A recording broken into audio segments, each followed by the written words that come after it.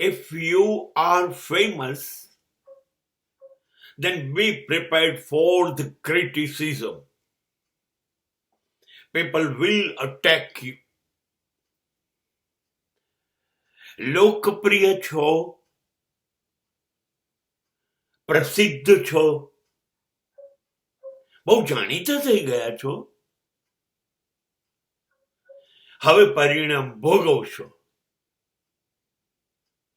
લોકપ્રિયતા સસ્તી નથી, એના પરિણામો માઠા હોય છે, એ ભોગવવા પડે છે.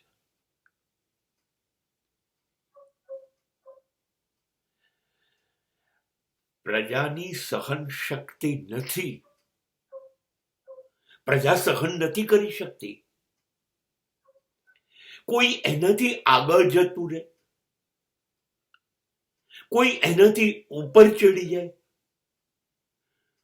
કોઈ એટલું શ્રેષ્ઠ થઈ જાય કે એ લોકો થઈ ન શકે. એ લોકોને સતત એવું થાય એ પાછળ રહી ગયા, તમે આગળ વધી ગયા. નહીં, આ સહન નહીં થાય. આ સમાજનો, લોકોનો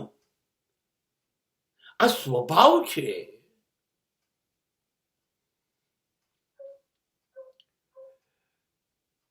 એવું નહીં વિચારે કે હું કેમ પાછળ રહી ગયો.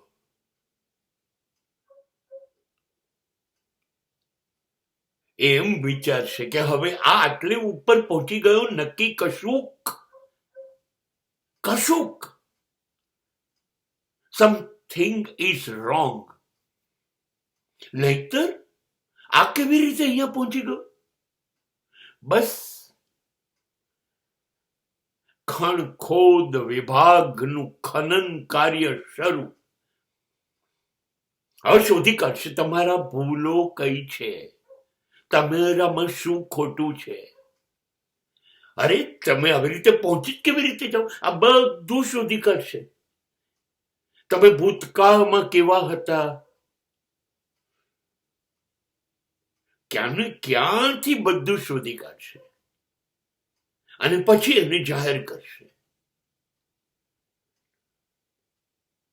હવે જ્યાં સુધી એ તમારી આબરૂના ચીરા નહીં ઉડાડે, તમારી પ્રતિષ્ઠા ઘટે એવું નહીં કરે, તમને બદનામ નહીં કરે, ત્યાં સુધી એના જીવનમાંથી જલસો ગાયબ થઈ જશે.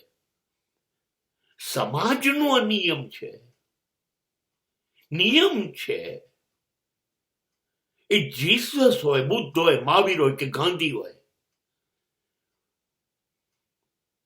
દરેકની પાછળ પડી જ ગયા હતા લોકો. હવે જો હજારો વર્ષથી આ સ્વભાવ હોય તો અચાનક આપણે તો સામાન્યમાંથી ઉપર ઉઠ્યા છીએ.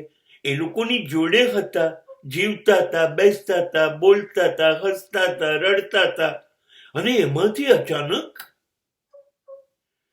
આ સહન નથી થતું. અને માટે જો તમે ઉપર ઉઠ્યા તો સમજી લેજો, લોકોની ટીકાઓનો મારો તૈયાર છે.